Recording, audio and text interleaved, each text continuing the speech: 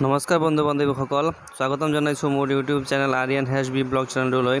আজি লৈ আহিছোঁ আপোনালোকৰ মাজলৈ এটা গুৰুত্বপূৰ্ণ খবৰটো যে আপোনাৰ যদি ৰেচন কাৰ্ড আছে আৰু ঘৰত আন কোনো সদস্যসকলৰ তাত নাম অন্তৰ্ভুক্ত কৰিব বিচাৰে, তো খবৰটো আপোনালোকৰ বাবে, কাৰণ আপোনালোকৰ কাৰণে আহিছে ভাল খবৰ। তো আপুনি কি ধৰণে নাম এড কৰিব পাৰিব আৰু কি ধৰণে নতুন স্মাৰ্ট ৰেচন কাৰ্ড ডাউনলোড কৰি ল'ব পাৰিব, সম্পূৰ্ণখিনি দেখুৱাই যাম। আৰু আপুনি যদি মোৰ চেনেলটোত নতুন, তো এই ধৰণৰ দৰকাৰী খবৰখিনি সকলোৰে আগত পাই থাকিবলৈ মোৰ চেনেলটো ছাবস্ক্ৰাইব কৰি ল'ব আৰু বন্ধুবৰ্গলৈ শ্বেয়াৰ কৰি দিব, যাতে সিহঁতেও এই সুবিধাখিনি লাভ কৰিব পাৰে।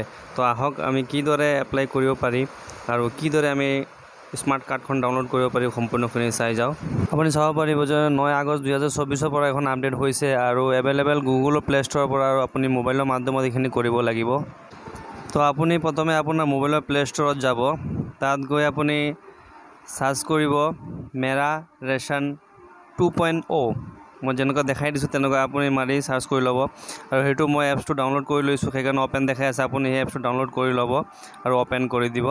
অ'পেন কৰাৰ পিছত আপোনালৈ এই ধৰণৰ এখন পেজ খোল খাব। তাত আপুনি দুটা অপশ্যন দেখা পাব, বেনিফিচিয়াৰী ইউজাৰ্ছ আৰু ডিপাৰ্টমেণ্ট ইউজাৰ্ছ। আপুনি বেনিফিচিয়াৰী ইউজাৰ্ছ যিটো আছে সেইটো ছিলেক্ট কৰি ল'ব আৰু এণ্টাৰ আধাৰ নম্বৰৰ ঠাইত আপোনাৰ আধাৰ নম্বৰটো তাত বহুৱাই দিব।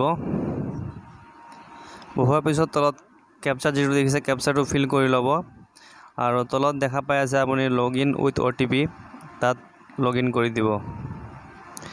লগ ইন কৰাৰ পিছত আপুনি চাব পাৰিব যে আপোনাৰ মোবাইলত এটা OTP আহিব। OTP ভেৰিফিকেশ্যনৰ ঠাইত OTPটো বহুৱাই দিব আৰু তলত দেখা পাই আছে আপুনি ভেৰিফাই। আপুনি সেই ভেৰিফাই অপশ্যনত ক্লিক কৰি দিব।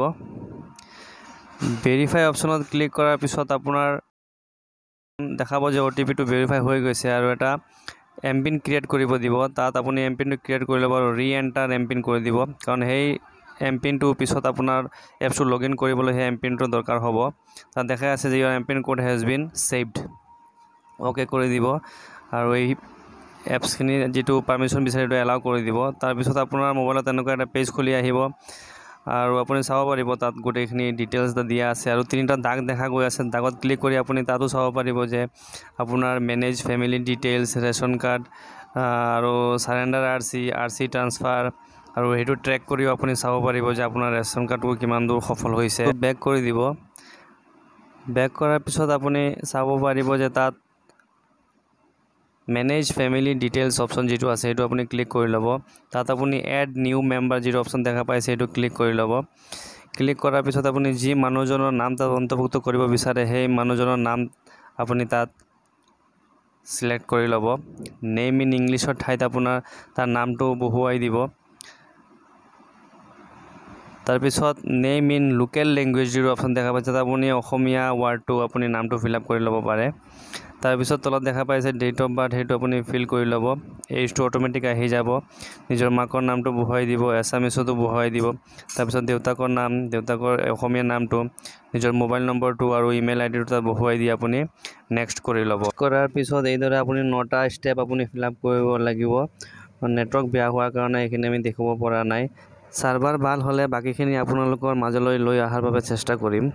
তাৰপিছত আপুনি যিকেইজনৰ নাম ৰেচন কাৰ্ডত আছে সেইকেইজনৰ KYC কৰি আপুনি এই ধৰণে আপুনি ডাউনলোড অপশ্যনত গৈ ডাউনলোড কৰি ল'ব পাৰিব।